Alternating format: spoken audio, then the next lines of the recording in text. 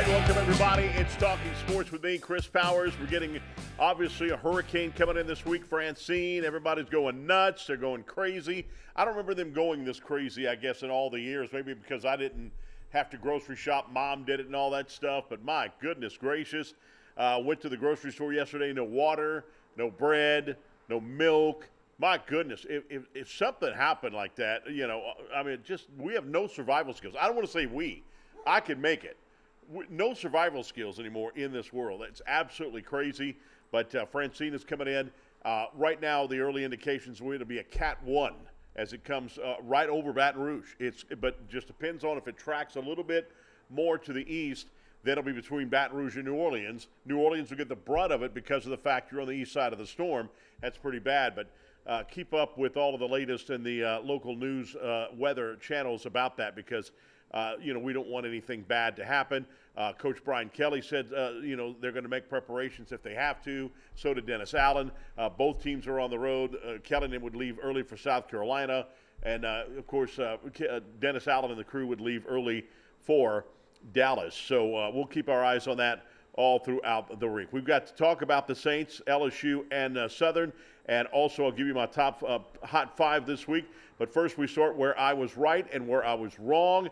Let's start with LSU. I said they would win by 30 over Nicholls State. They won by 23. So I guess really I was wrong. Even though they won, I was only 7 off. But they still only won by 23 instead of the 30 that I thought. But, Jonathan, you got to be hard on yourself, right? Chris, I couldn't have been more wrong. I mean, it was a 2-point game in the second half. When they broke that 67-yard run on the Wildcat, I was like, it's getting hot in Baton Rouge. Yeah, it was getting warm in Baton Rouge. Right, and Southern has to play them October the 5th. They're coming back to Baton Rouge. And get this, they drove in that day. They didn't have a hotel accommodation the night before. They drove in. So kind of crazy. I guess they'll do the same thing when they play against Southern University on October the 5th. That's going to be a tough game. They got a guy in there, that running back is there, Taysom Hill. They ran out of the Wildcat, and, of course, he took it to the house for the touchdown. Guggenheim. What a great name. He was Guggenheim and all but down the field. Had his face painted like Animal and the Road Warriors and stuff. Did you see that? Yep. He played the part, too. He was physical up front. And, look, that's on tape now. Yeah. LSU has proven they can't line up hat for hat with an offense, even if it's Nicholls, and stop the power offense. That's not a complicated play to defend. I mean, it's hat on hat, and, broke it big time. Big time. All right, I had Southern by 24 over Savannah State. That also got off to a slow start. Southern did pick it up in the second half. They won by 32, so I was right on that one. I had Texas over Michigan by 14. They won by 19. I was right on that one. I had Tennessee by 8 or more over North Carolina State at North Carolina State. Tennessee won by 41, so I was right there. I had the Saints by 7 over Carolina. They won by 37. So LSU with 7 points, Jonathan, I would have been perfect for the day, perfect for the weekend. Yeah, Chris, I'd have been 5 for 5. And look, they had a chance. I don't believe they scored in the fourth quarter, so they had a chance to cover, even though the game was way too close in the first half, even into the third quarter. But, yeah, I mean, you got to tip your hat to Nicholls. They came out. They weren't afraid of the big lights. LSU was not able to control the ball. Nicholls had the ball for 2 drives that went over 7 minutes. Right. I mean, it was a clinic out there. Right. And they just ran out of steam in the second half. Yeah, the 2D for LSU is quite a bit more talented than Nicholls. We already understood that, but they absolutely played their hearts out. No question about that. So I was 4-1 for the week for week 2, 6-4 on the season right now, and I'll give you my next hot 5 coming up here towards the end of the show. We're going to be talking about how about a win the Saints had. We're going to do that when we come back. We're going to talk that next. Saints destroy the Panthers. We'll talk about that when we come back. We're talking sports with me, Chris Powers, right here on Pelican Sports TV.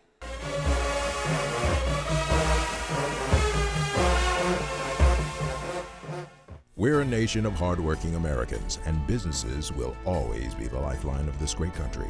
As a business owner, you understand the importance of your reputation. In times of uncertainty, you need a real lawyer who's serious about protecting you and your business. You need a problem solver. You need the law firm of Clayton and Fouger. Tony Clayton is a proven trial lawyer. He'll defend you and your business to the fullest extent of the law. Protect your investment and call the law firm of Clayton and Fouger today. If you're a wing lover like me, you already know where the best and biggest wings in Baton Rouge are. TJ Ribs on Acadian and I-10. But did you know they also provide some of the best catering in town? Yeah.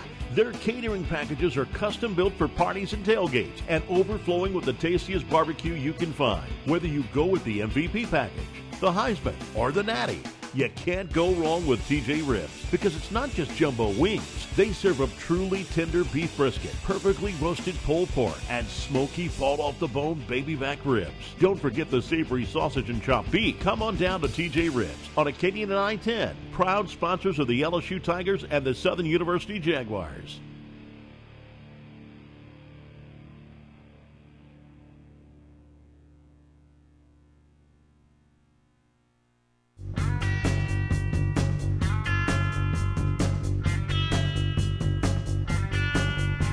All right, welcome back, everybody, and we're here at Talkin' Sports with me, Chris Powers, and we would not be right. Again, we talk all sports, doesn't matter.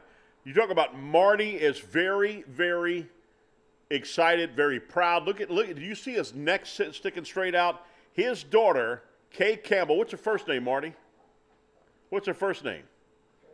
Kay? Kate. She is fourth in the whole conference in and she plays for Louisiana Christian in Pineville, Louisiana. Wow. And fourth in the whole conference in what? Is it spikes? Hitting. Yeah. Fourth in the whole country in the conference. That's pretty good, Marty. Right, did she take her athleticism after you? No. He said, "Well, no." Well, congratulations, Marty. That's something to be very proud of. Good for her, and hope that she continues to do well. Like Derek Carr and the Saints did very well on this past Sunday. A lot of people talk about they don't like that's not just the fans. That's everybody. That's even media people. I don't like Derek Carr, and I've argued with some of them before, and some of them I've said, okay, come on, whatever. Let me tell you what, you guys really – you don't know, but you just keep going. Let them go with it. Let's take a look at the clips right here. This is Derek Carr in that game. 3 touchdown passes this week, and I mean they were right on the money. Let's break it down right here. Here is the first one right here. Now watch this one. He throws it deep, and he got hit right in the mouth right when he threw it. And look at that perfect pass on the button. Touchdown. Saints lead it by the score of 7-0. That was right. And Jonathan, not only that, Rashid, caught it. Rashid Shaheed caught it, but watch this one. This is my favorite one. Rolling out to your right, he's going to throw and hit Morrow right there perfectly for the touchdown over the defender's head. Morrow with a perfect catch. Touchdown. The Saints take a 17-0 lead at that time. And this is another good one, too, another tight pass. This one to Juwan Johnson, the tight end, the first-string tight end. Watch how he rolls a little bit to the right, finds him on the seam. There it is, right in the corner of the end zone. 2 feet in, touchdown. He was right on the money this week, and the Saints blew away the Carolina Panthers. For all you Carr haters, I don't get it. He's a family man. He's a Christian. He has the most comebacks in NFL history since he's gotten into the league. He has the most comebacks. Had the second most yards in passing in the last 5 games last season. He's tough. He's not a guy that's a whip that's going to not play in the game because he's got a little this, that, or that. He's not a Michael Thomas. How about that? He's not a Michael Thomas. And this guy just keeps going. I don't know what the fans want.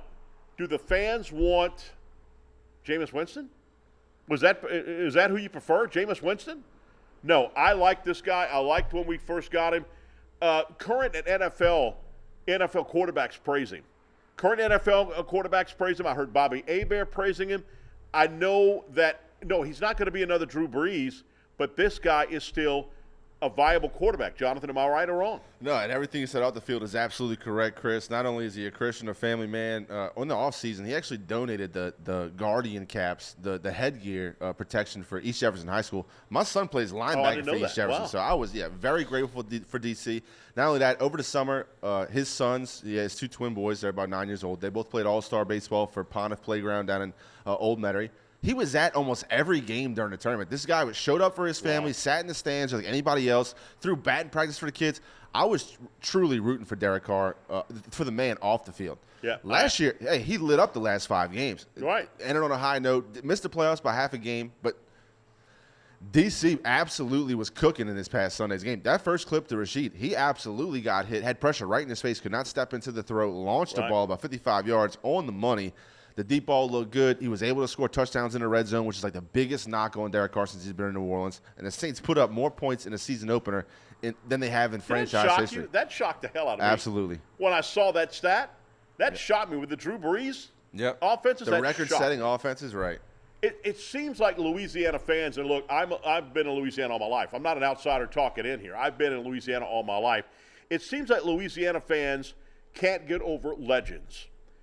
Nick Saban, Les Miles, this guy can hang the moon, and nobody – I mean, LSU fans still did not like him as much. He brought the national championship trophy. Remember this, Jonathan, out on Bourbon Street after they won it? I mean, what more do you want? Okay, Les Miles had a winning percentage. Now it's taken away because of the taken away of the games because of the suspensions.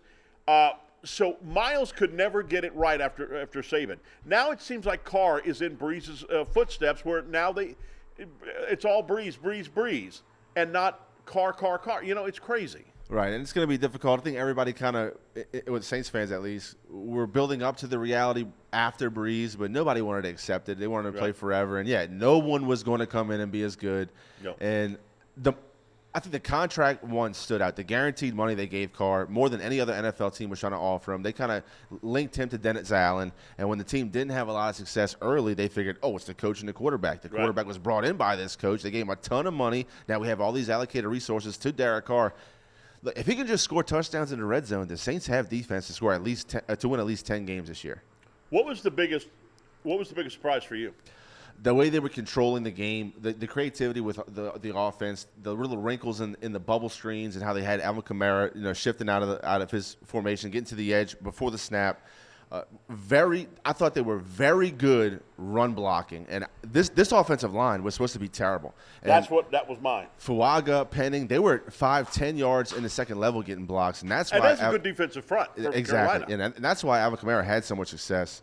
And look, they were able to pass off of the run with the play action. The bomb to Shaheed really early was off the play action, and then the defense getting 3 turnovers, the gifted interceptions by Bryce Young.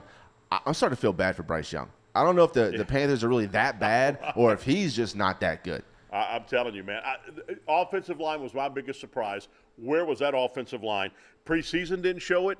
Last year didn't show it. We have 3 new offensive linemen. 3 new. They gave up 1 sack. Carr got sacked 1 time, and they helped the running backs get over 100, right at 180 yards.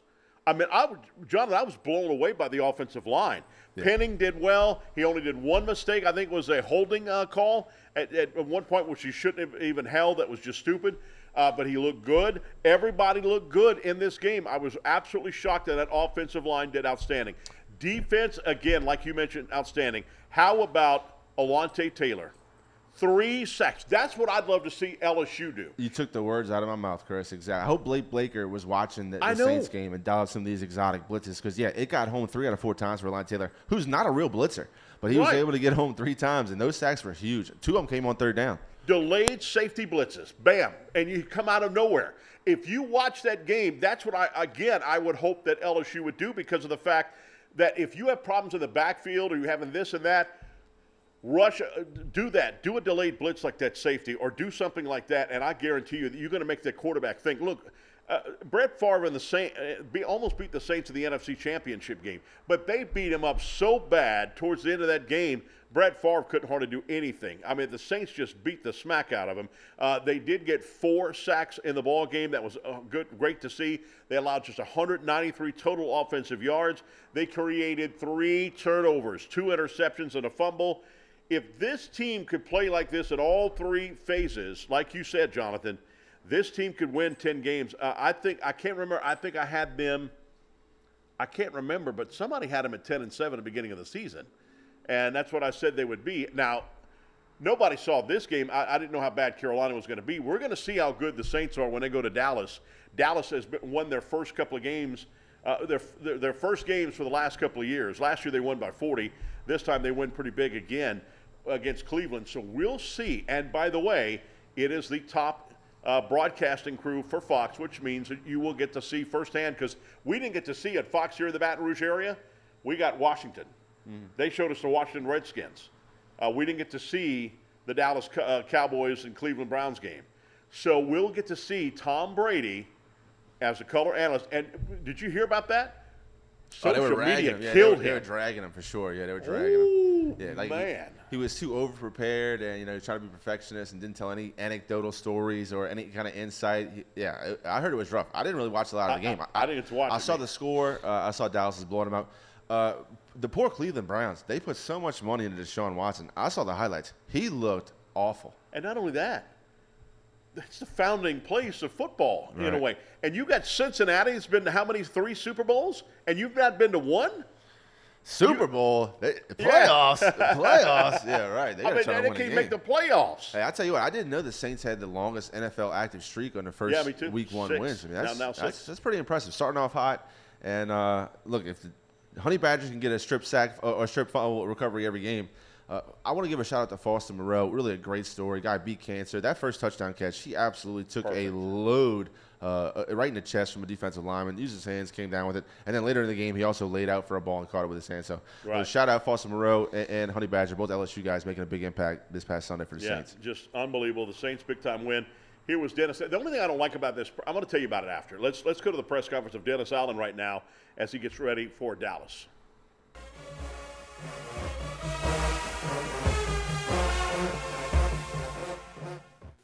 Look, we got in. We got a chance to meet with the players, watch the tape. Still a lot of things that we got to get cleaned up, but I thought overall it was a good performance again in all 3 phases. So a lot of the things that I thought after the game, I thought held up. And now, really, honestly, our attention is totally focused on Dallas now. Once we got these corrections made, and we got to start, getting ready for those guys. Yeah, look, I thought those guys played well. I mean, you got to look at everything in the totality of what, we were able to do. And I said this, I think, after the game, when you run the ball like that, when you're able to be effective throwing the ball and your quarterback doesn't get hit much, and you put points up on the board like that, I think you can't do that and have your offensive line not play well. And so I thought those guys played well, and yet we'll have a much stiffer test this weekend. Look, the honest to God's truth is, okay, and I told the team this today, there's a lot of people outside the building that didn't think we were, capable of doing much. Those same people are probably saying a lot of great things about you today, that we're saying a lot of negative things about you, before yesterday's game. So we try not to pay much attention to that. We try to just focus on what our job is, what we need to do, and how we can get better. And we know that we're going to have a extremely tough challenge this Sunday going up to Dallas. Well, I'll be quite honest with you. We're just now getting into, starting to look at that, and yet that doesn't shock me. I think they got a lot of talented players over there on defense, and I think Mike Zimmer is one of the better defensive minds in our league, and so they'll definitely be a challenge for us to have to deal with. Yeah, really. Well, I think like everybody else in the city, we're monitoring it, and we'll make plans accordingly. I think we're going to meet again this afternoon and see what kind of plans we need to make, and then we'll kind of go from there. But I think we probably do this better than anybody else in the National Football League, so we'll figure it out. I need to make that Monday trip to New Orleans for that press conference. Only one question asked about the Dallas Cowboys, the game coming up. One question. All the game, so the media, New Orleans media, got to ask him questions after the game against Carolina. That's what that's for. After the game, you ask the coach about that game. Monday press conference is about the opponent coming up. Only one question about the Dallas Cowboys. One. Jonathan, am I wrong on that? Well, I think you need to focus on the positive right now, Chris. You want to? It's not a 24-hour rule so much when you have a big win like that. It is seep in a little 48-hour rule maybe when you rout division opponent. Hey, what a start though, right? Yeah, it's going to be a big game. I think it's going to be huge. We'll break it down in our Hot 5 coming up. But I think that all three faces look good for the Saints. There's no question. The only face that didn't look good was the punting. Guy, brand new punter, obviously he's going to get it, I think, as time goes on. He didn't have great punts in that ball game. He had two punts in the ball game total. But other than that, I think that all three phases did well. 57-yard field goal, I love that. And did you have faith in this kicker even from last year, John? Oh, I like Groupie. I think Groupie's a good kicker. He's got a great leg. Really, but NFL kickers, I mean, once it goes south, between their ears, they just fall off a cliff. So I always kind of hold your breath when it comes to kickers. Well, I said it last week for the Southern deal. It's all about, it's not just about the athletic ability, but you got to block everything out of your head. It's like a golfer. And it's like a baseball batter. You can't change your flow. You can't change anything like that. You have to be able to do it. And I think, look, last year I was like, what in the hell are they doing getting rid of Lutz for this guy? This guy kicked good at Notre Dame, but now 57-yard field goal. I felt that Lutz's leg. Now I've been to a dome, so I didn't see how the leg explodes off the ball. I didn't see it blowing off the ball at Lutz. But also, I don't know this guy's name, the kicker they had during the preseason.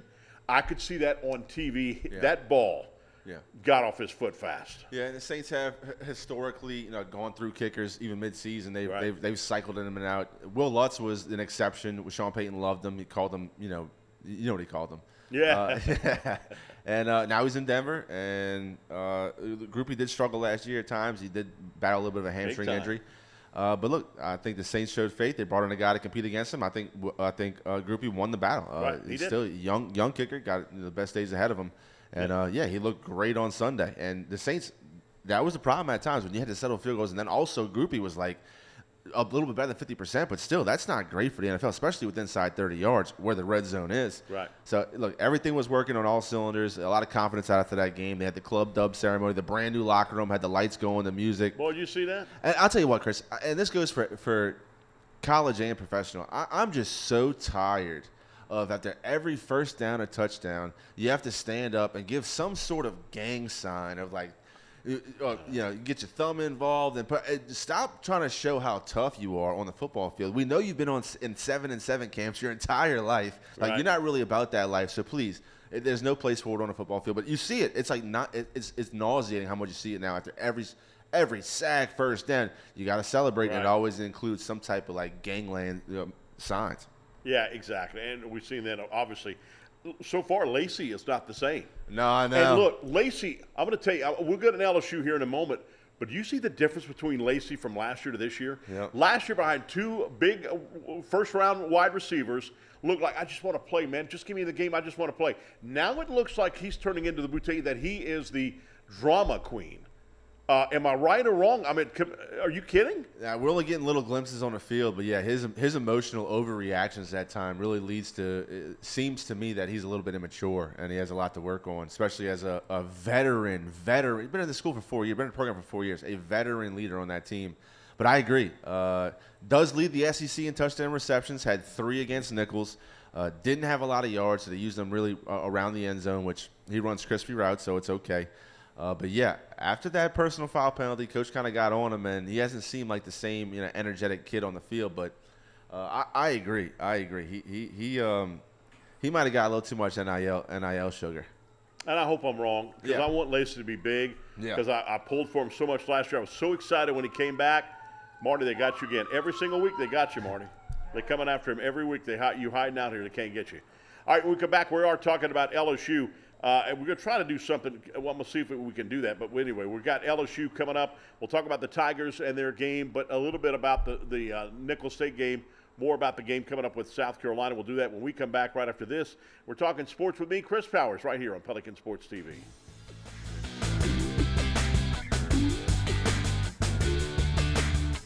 If you're a wing lover like me, you already know where the best and biggest wings in Baton Rouge are. TJ Ribs on Acadian and I-10. But did you know they also provide some of the best catering in town? Yeah. Their catering packages are custom built for parties and tailgates and overflowing with the tastiest barbecue you can find. Whether you go with the MVP package, the Heisman, or the Natty, you can't go wrong with TJ Ribs because it's not just jumbo wings. They serve up truly tender beef brisket, perfectly roasted pulled pork, and smoky fall-off-the-bone baby back ribs. Don't forget the savory sausage and chopped beef. Come on down to TJ Ribs on Acadian and I-10, proud sponsors of the LSU Tigers and the Southern University Jaguars.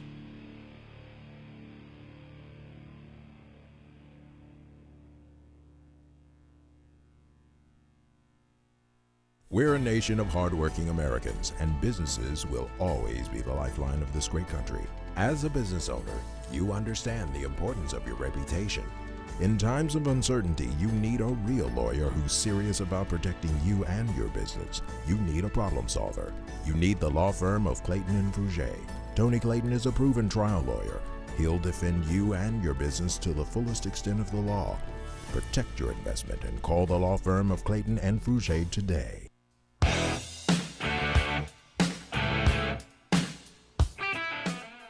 All right, welcome back, everybody. I'm Chris Powers. We're talking sports right here with Chris Powers. Yeah, you know, I want to we've seen some things. First of all, Jonathan, what are your thoughts on the new Tiger Stadium? Wasn't that beautiful? Well, the lights are really cool. I saw the light show, and I like the fireworks coming out. Yeah. The huge TV. The speakers had to be loud. Couldn't really tell over television, Yeah. but no, those lights look good. Offensive coordinator said it's too loud.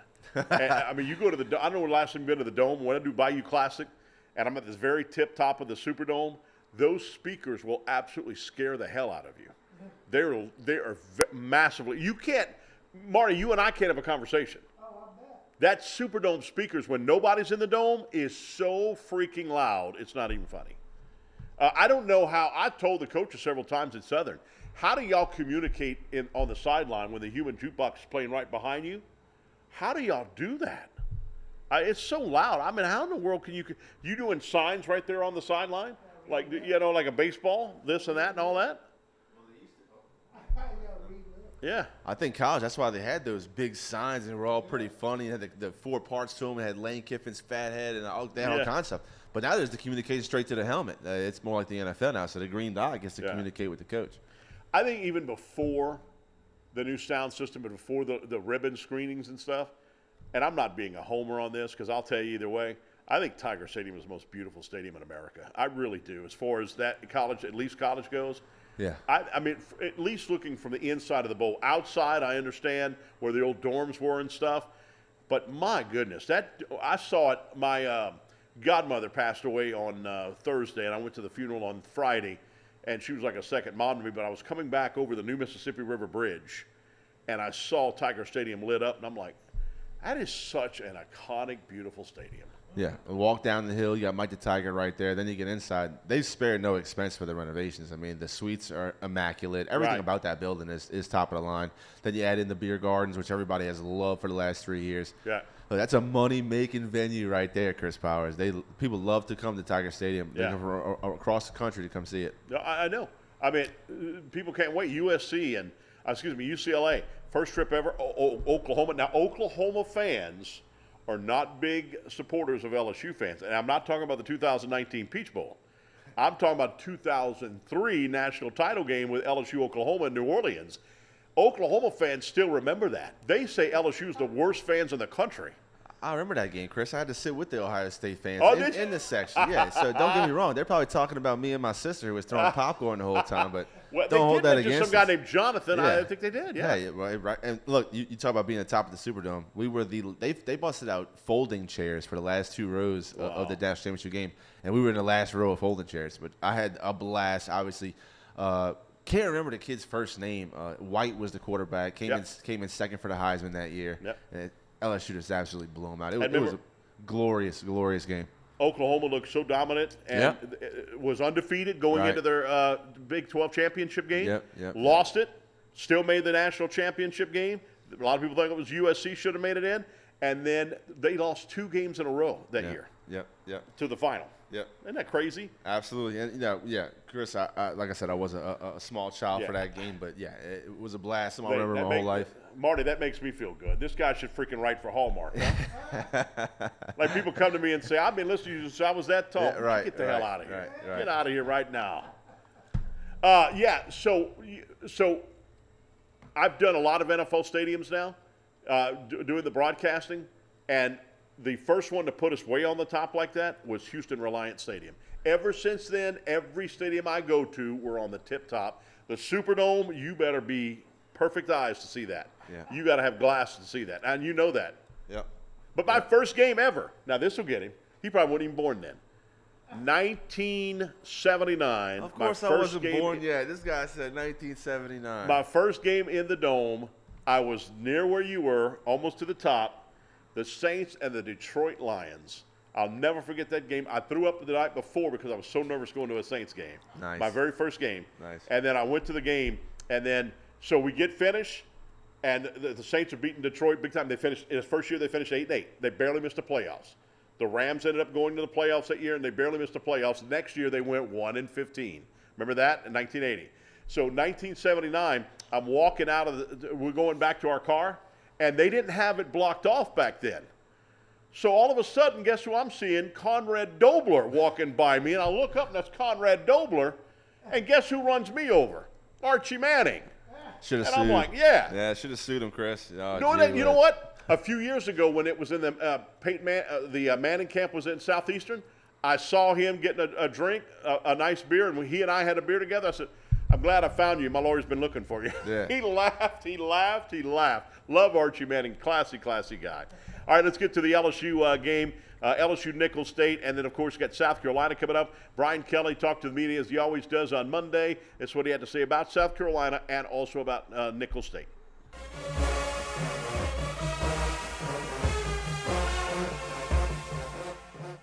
From an offensive standpoint, we threw the football because that's what was required in this game. They were in a 7- and an 8-man front, and we needed to throw the football.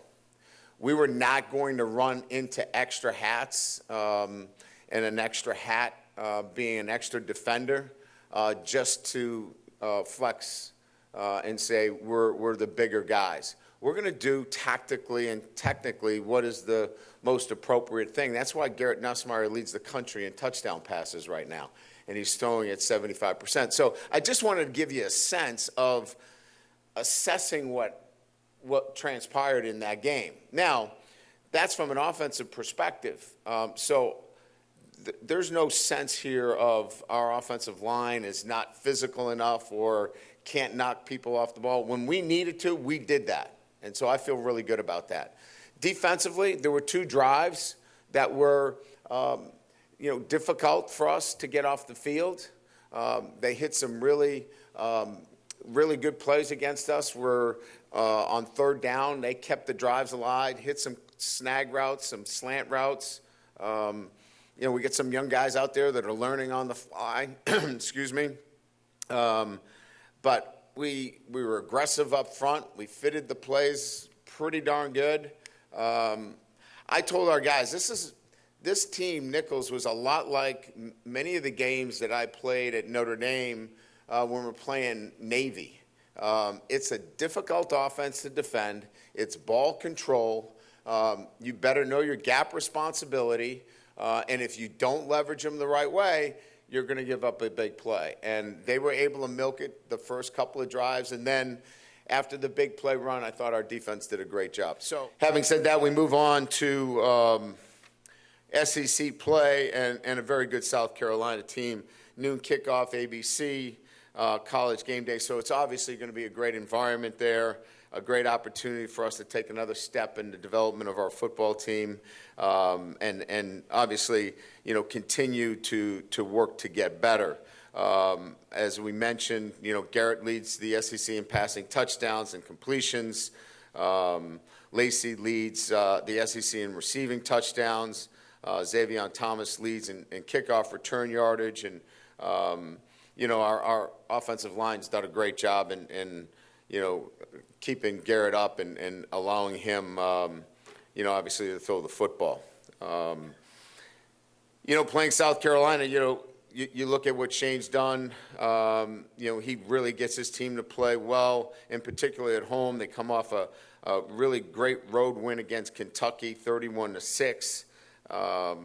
And a lot of it is, the type of offense they're running now with, Sellers at quarterback, Sanders, the transfer from Arkansas, Simon at tight end. This is a big physical quarterback.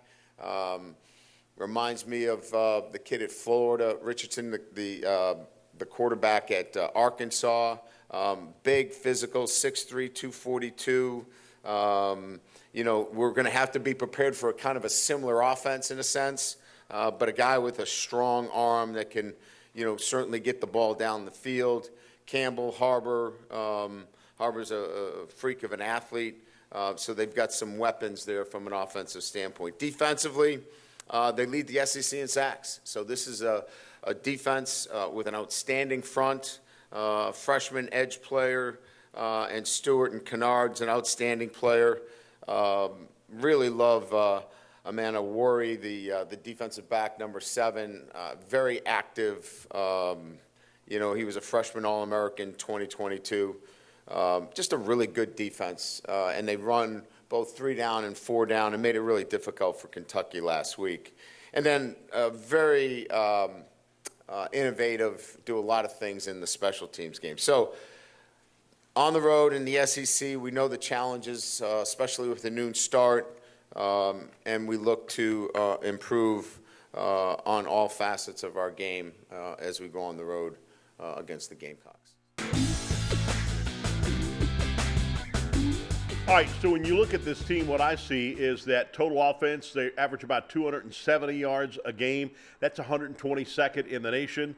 Their rushing offense, that's 130 a game. So LSU's going to have to really stop the run in this football game.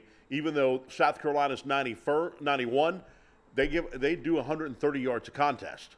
All right, passing, this is where LSU should be okay. They only average 140, so they're only averaging 10 more yards in the passing game over the run game. They're not that great in the passing game. They're 84th in the nation in pass efficiency at 128.51. Defensively, they are a very good football team. They rank number 30 in the nation with 244 yards given up only in the game. So against the rush, they're 123.5 a game, and in the passing, they only allow 120.5 yards per ball game. So this ought to be interesting. But, Jonathan, this is where I see LSU as an opportunity, and this is a huge stat. And when I talk to coaches say, Chris, that is amazing. You knocked that out, because a lot of media people don't see this. Third down conversions is huge. If a team can get off the field, and if they can't get off the field, that makes your defense tired, that gets you going, what have you. They are only 38% on third down conversions. 38%. That's 82nd in the nation. That is not bad right there. So if LSU can play good defense and make them go, 3 and out or whatever, they're not good on third down conversions, that's going to be big. They're at 88% of the red zone on offense. So that's something to see there. As far as LSU goes, LSU is 66th in total offense. As he mentioned, Nussmeier leads the nation in passing touchdowns. He had 6 alone this week. He was on 1 interception of the game. That was against USC. But you know what's crazy, though? Jonathan, he only had 9 incompleted passes in the USC game. He had 10 in this game. That is incredible. Right now, Nussmeier and the receivers are killing it. Well, Nussmeier, threw to 8 different receivers. 3 guys had at least 5 receptions. He spread it around pretty good. Before the season, Chris, we kind of talked about how LSU was going to win ball games. We thought that they would rely on their dominant offensive line. That's all we heard about. The Joe Moore Award was in the future. They were going to be the best offensive line, impose their will on whatever defense they played, line up and run it down their throat. That has not been the case. Even against Nichols, LSU struggled to run against 7-man fronts, 8-man fronts. They checked out and go to the dump-off pass. Coach Brian Kelly talked about it in his press conference. And, look, it goes to ball control. Yeah, that third down and long, that third down and short. Can you convert? Keep that defense resting on the sidelines. Keep that ball in your possession. That's going to be how LSU wins SEC ball games. I'm still sticking with it. Nussmeier he threw 6 touchdowns last game, and that game was 2-point game into the third quarter. LSU, they absolutely turned it up on defense after that long Wildcat run. But that Wildcat run, Coach Brian Kelly absolutely lied about it. There was no missed assignment. They blew Harold Perkins out of that hole, drove him 6 yards deep, almost to the safety level, and it was wide open for Guggenheim. So LSU's going to – and then they lose Jacoby and Guillory. Their most experienced, most talented defensive tackle. They're going to have to play some young guys, and Blake Baker's going to have to help that middle. Harold Perkins is not the answer to stop that A-gap dive. And South Carolina has a very talented defensive front. LSU is going to have to – at least keep them honest. You can't let them know when you're going to throw it. You have to pass to open up the throw. Kind of like the Saints ran the ball to open up the pass. It's got to be kind of like the opposite for LSU. And yes, Garrett Nussmeier and the wide receivers, they are very talented and capable of winning games. But when it comes down to these SEC defenses who can run with these wide receivers, LSU is going to have to run the football. And this offensive line is going to have to earn their keep. And you know what? The thing about it is, what I'm shocked at, as accurate as Nussmeier is, but he's not going for the long ball, that's 2 games in a row that Kelly has said they've loaded the box. USC did it, and so did Nicholls State. Yeah. Is South Carolina going to load the box like that? And if so, now Nussmeier said it's been accurate. When are we going to start seeing – because how you take them out of the box is by throwing it deep, whether they complete it or not. Do you keep throwing it deep, deep, deep, and they're going to back off of putting 7 guys in the box? Yeah. So I hope that that's the case, and I hope that's what they do, because that's 2 games in a row that they've had that. And as we mentioned, South Carolina leads the SEC in sacks. Crazy. A lot of people say, why is game day going to be there? Now it just announced as well that Chris Fowler and Herb Street's going to do the game as well. The reason why game day is going to be there and Chris Fowler is going to do the job, there's 2 top 25 matchups this week. That's it. One on Friday and one on Saturday. And the one on Saturday is Missouri. And nobody wants to go there, apparently. So right now, that's the best contest that they have as far as game day. So game day said, well, let's just go out there. So it's going to be electric. Already, that stadium gets compared a lot to Tiger Stadium in its atmosphere. It's pretty badass. And there's a lot of singing. There's a lot of dancing and stuff like that inside that stadium. It's loud. They're going to be packed to the rafters with game day there and with ESPN or ABC there doing the broadcast. That's going to be a crazy atmosphere. LSU better be ready for that mindset. And there's a struggle with any 11 o'clock kickoff. You put the bourbon in your Cheerios is what Buddy Sanji says. You got to wake up early. And there's obvious struggles with an early game. Then you're on the road with game day against a team that just came off a very good road win against Kentucky. Kentucky was picked to compete for the East. So, the win against – the game against South Carolina was supposed to be like one more building block for LSU until we got to Ole Miss. Now, we don't know what team we're going to get because they barely beat Old Dominion. So, and I'm glad you brought the scheduling up. I think that some fans don't understand that. So when you get these kids, here's what happens. So when you get them a schedule, they're going to class this whole time, and they don't practice till 3 o'clock, 4 o'clock in the afternoon, and every day they practice at 4 o'clock. That's their schedule.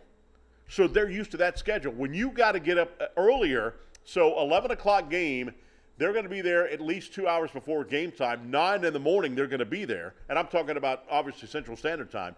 They'll be there at 9 a.m. in the morning. But they've got to get up for they got to probably get breakfast at 6 or 7. And for these young kids, you get them off their schedule like that, and they're just in la-la land. Right, there's team meetings, there's breakfast, there's walkthroughs. Right. LSU has, they always stop and hopefully the hotel is right next to the stadium, because if there's some type of trip, there might be traffic. Everybody's trying to get to the stadium at one time. Then you have tailgating, and like I said, you're catching a very confident South Carolina team. Coach Shane Beamer, his dad was a coach for a long time. He's finally starting to kind of fill his own oats, and this defense is for real. LSU's going to have a much different. I think South Carolina's defense is better than USC's defense. So that's just. Yeah. It's going to be a fist fight early in the morning on Saturday. Right. I'm going to have to watch it on the replay because I'll leave at that time to go to do the Southern Jackson, Mississippi game. But anyway, so it ought to be interesting. It's a big game, like you said. LSU, it's the first SEC game of the year. So that ought to be an interesting one to go. All right, when we come back, we got Southern University played Savannah State, and they played Jackson State this weekend. Plus, my Hot 5 is coming up. We'll do that when we come back right here as we're talking sports with me, Chris Powers, right here on Pelican Sports TV.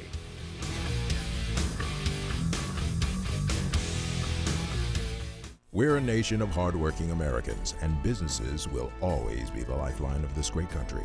As a business owner, you understand the importance of your reputation. In times of uncertainty, you need a real lawyer who's serious about protecting you and your business. You need a problem solver. You need the law firm of Clayton and Fouger. Tony Clayton is a proven trial lawyer. He'll defend you and your business to the fullest extent of the law. Protect your investment and call the law firm of Clayton and Fouger today. If you're a wing lover like me, you already know where the best and biggest wings in Baton Rouge are. TJ Ribs on Acadian and I-10. But did you know they also provide some of the best catering in town? Yeah. Their catering packages are custom built for parties and tailgates and overflowing with the tastiest barbecue you can find. Whether you go with the MVP package, the Heisman, or the Natty, you can't go wrong with TJ Ribs because it's not just jumbo wings. They serve up truly tender beef brisket, perfectly roasted pulled pork, and smoky fall-off-the-bone baby back ribs. Don't forget the savory sausage and chopped beef. Come on down to TJ Ribs on Acadian and I-10, proud sponsors of the LSU Tigers and the Southern University Jaguars.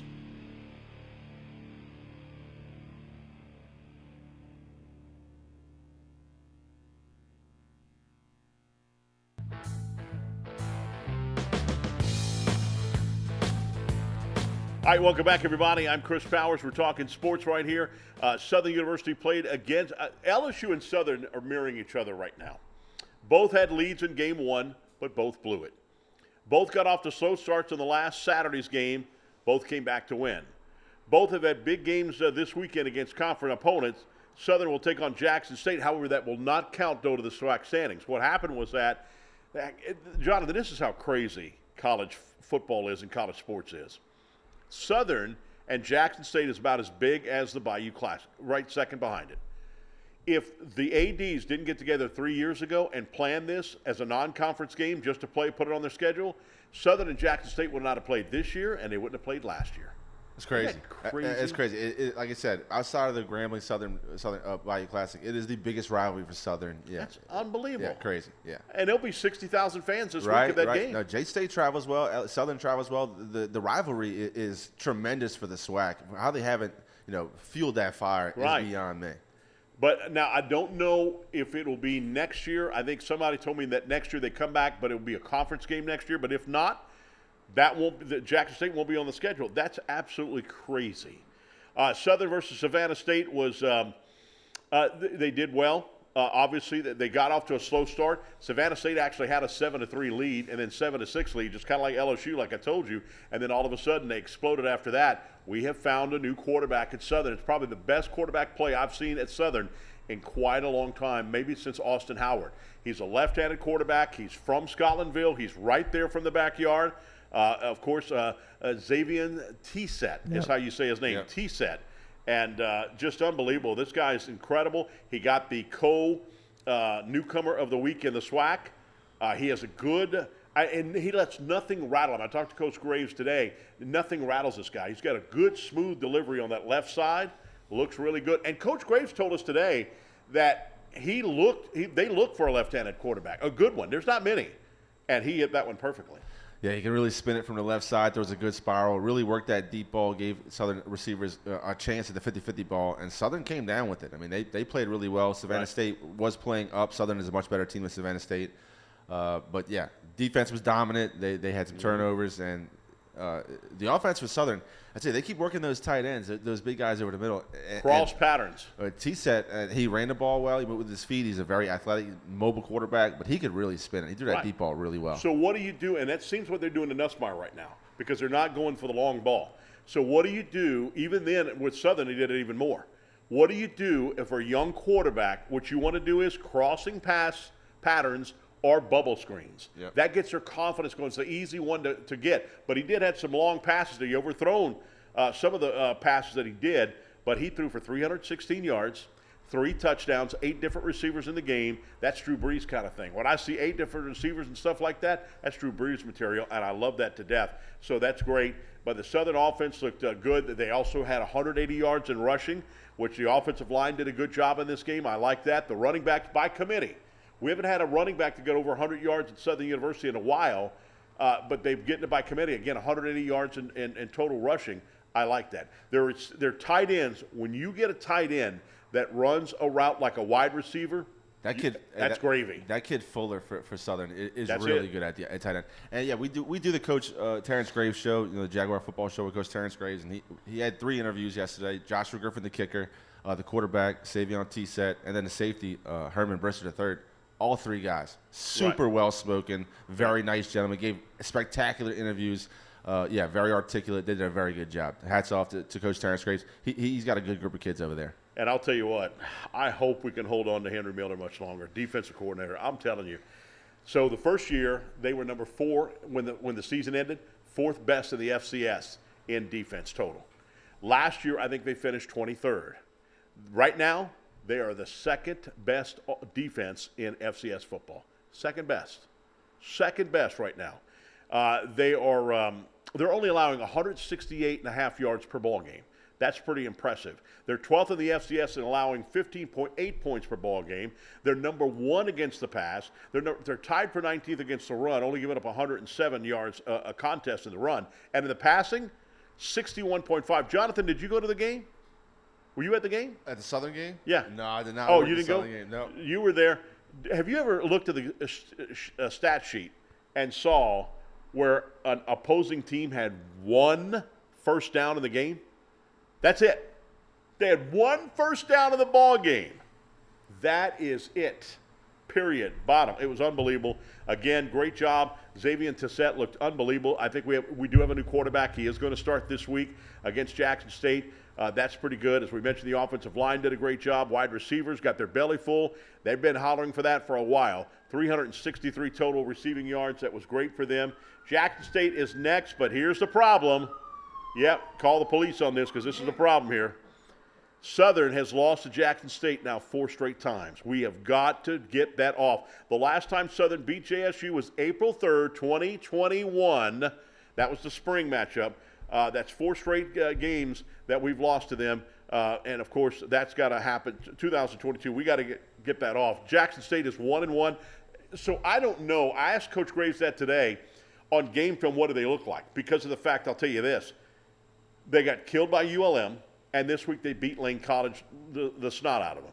So I don't know what kind of a game we're looking at, what kind of a team we're looking at this point in time, because it's been a mismatched deal. We'll get a feeling this week. The Sonic Boom will be there. When I left Southern campus just a moment ago, the Southern Band was practicing. It's going to be a battle of the bands on there, so it's going to be huge, going to be really big. Jackson State ranks 35th in offense at 360 yards per ball game. They're 30th in passing at 238 yards a game, 62nd in FCS in rushing at 121.5. That's not bad. But again, Lane College got a lot of their deal. Now, they're 8th in defense. They're 8th in the FCS in defense. They give up only 221 yards a contest, 46 versus the run, 3rd against the pass. So Southern is going to have to play well in this game. T-Set's going to have to not be rattled. The crowd's going to be loud. It's going to be big. It's going to be 60,000 plus in that stadium. Mississippi Veterans Memorial Stadium. Get ready. We're going to be there for that game, doing the play-by-play, and it's going to be on ESPN Plus, so that ought to be interesting again. The only thing about it is, like I said, that T-Set being a young quarterback, he's going to have to take that atmosphere, but now they say nothing rattles him. We're going to see this weekend. We will see this weekend if that doesn't rattle. But you can't blame Coach Graves for making him the starter. I mean, he looked poised. He was good. He was accurate. He was great. Coach Graves actually said that T-Set used to play point guard in high school for the basketball team. So he's very composed in a fast-paced game. Nothing really gets him too high or flustered. So, yeah, he's got the mentality. He's got the physical tools. Southern just has to put him in opportunities to succeed, and I think he certainly has a chance this weekend to explode on the swag scene. Yeah. Left-handed quarterbacks look so smooth. And Jonathan, you know what's crazy right now, Marty? I throw a better spiral with my left hand than I do my right. I can throw the left hand pretty good. See, I had a little injury to my right hand, and yesterday I was in the yard throwing with my kid, and I had to do lefty. I almost threw my back out trying to get it over there lefty. It was so awkward. It was like half of my side was spazzing out.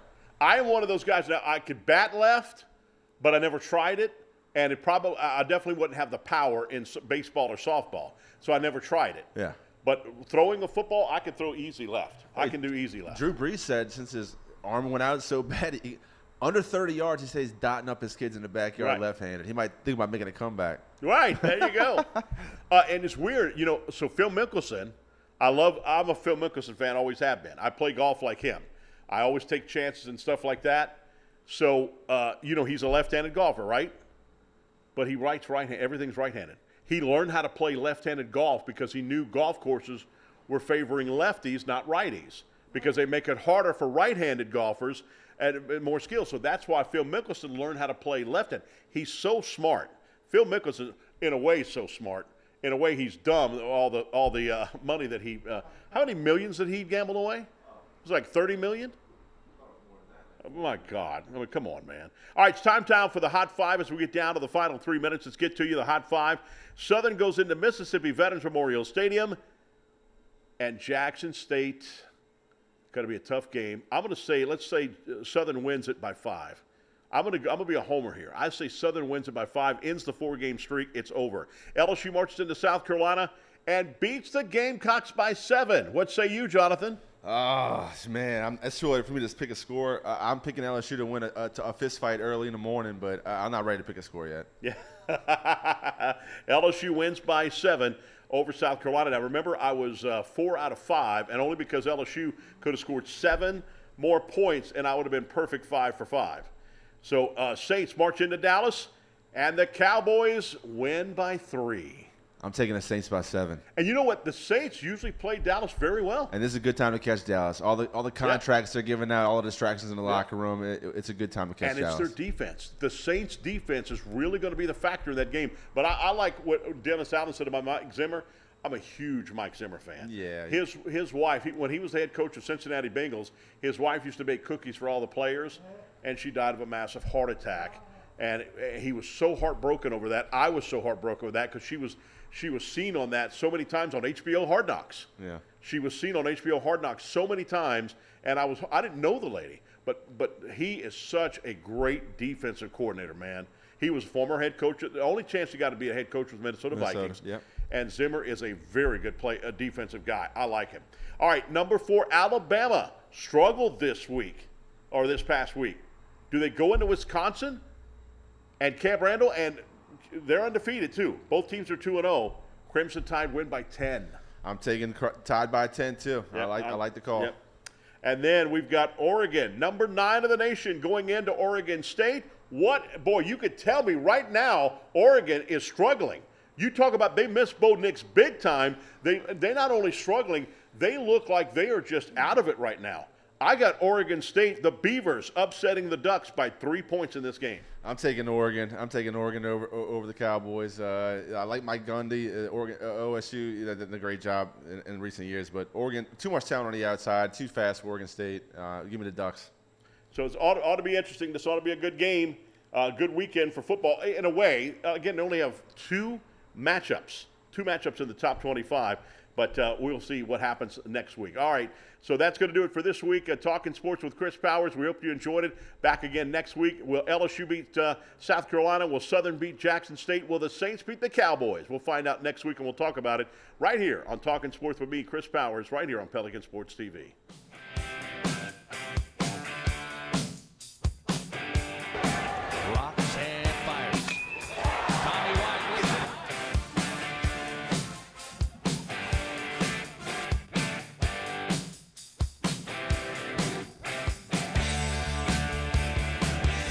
Johnson heads to the